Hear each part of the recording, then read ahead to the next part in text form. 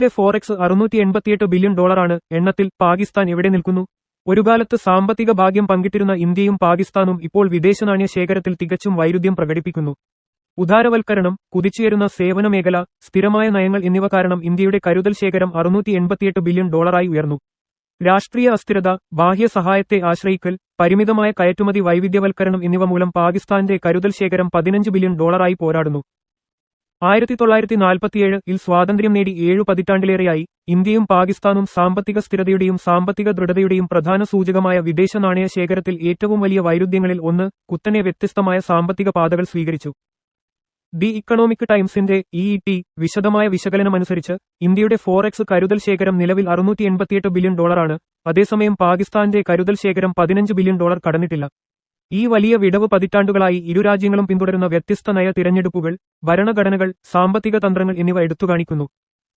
സ്വാതന്ത്ര്യസമയത്ത് colonial ഭരണത്തിന്റെ ഉപോൽപ്പന്നമായ പരിമിതമായ കരുതൽ ശേഖരങ്ങളുള്ള ദുർബലമായ സാമ്പത്തിക ഘടനയാണ് ഇരു രാജ്യങ്ങൾക്കും പാരമ്പര്യമായി ലഭിച്ചത്. ഇന്ത്യയെ സംബന്ധിച്ചിടത്തോളം 1991-ലെ ബാലൻസ് ഓഫ് പേയ്മെന്റ് പ്രതിസന്ധി വരെ കരുതൽ ശേഖരം $2 ബില്യൺ താഴെയായി. 3 ആഴ്ചത്തെ ഇറക്കുമതിക്ക് പോലും ഫണ്ട് നൽകാൻ പര്യാപ്തമല്ല വരെ പുരോഗതി മന്ദഗതിയിലായിരുന്നു.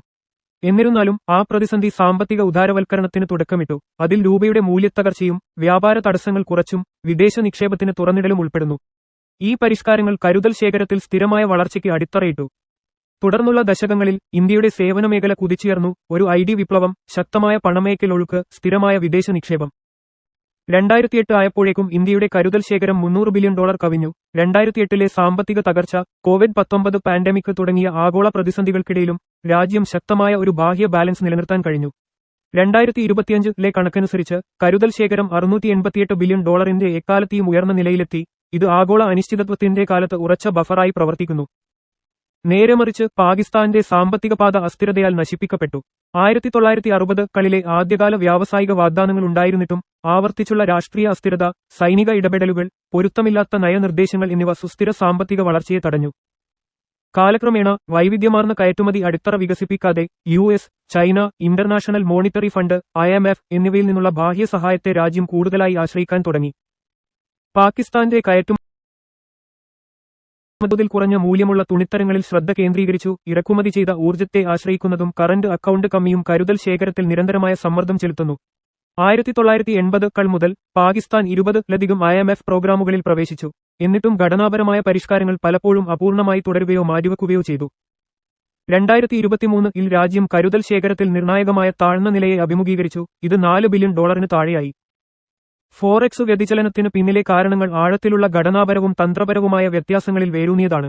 ഇന്ത്യ അതിന്റെ സമ്പദ്വ്യവസ്ഥയെ ഫാർമസ്യൂട്ടിക്കൽസും സാങ്കേതികവിദ്യയും പോലുള്ള ഉയർന്ന വളർച്ചാ മേഖലകളിലേക്ക് വിജയകരമായി വൈവിധ്യവൽക്കരിച്ചു.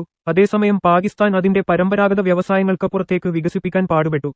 1991-ന് ശേഷം രാഷ്ട്രീയ മാറ്റങ്ങൾ കണക്കിലെടുക്കാതെ ഇന്ത്യ സ്ഥിരമായ ഒരു പരിഷ്കരണ പാത നിലനിർത്തി.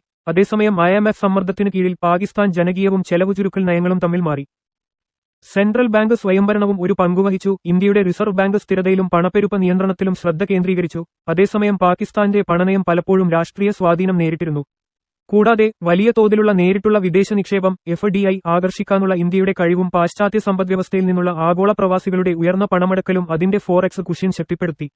നേരെമറിച്ച് പാകിസ്ഥാന്റെ പണമയക്കൽ ഒഴുക്ക് ചെറുതും മിഡിൽ ഈസ്റ്റേൺ സാമ്പത്തിക ചക്രങ്ങൾക്ക് കൂടുതൽ ദുർബലവുമായിരുന്നു. ജിയോപൊളിറ്റിക്കൽ തന്ത്രം സാമ്പത്തിക വിടവ് കൂടുതൽ വർദ്ധിപ്പിച്ചു. ഇന്ത്യ ആഗോളതലത്തിൽ സാമ്പത്തിക നയതന്ത്രവും വ്യാപാര ബന്ധങ്ങളും ആഴത്തിലാക്കി. അതേസമയം പാകിസ്ഥാൻ പലപ്പോഴും സാമ്പത്തിക സഹകരണത്തേക്കാൾ സുരക്ഷാ സഖ്യങ്ങൾക്ക് മുൻഗണന നൽകി.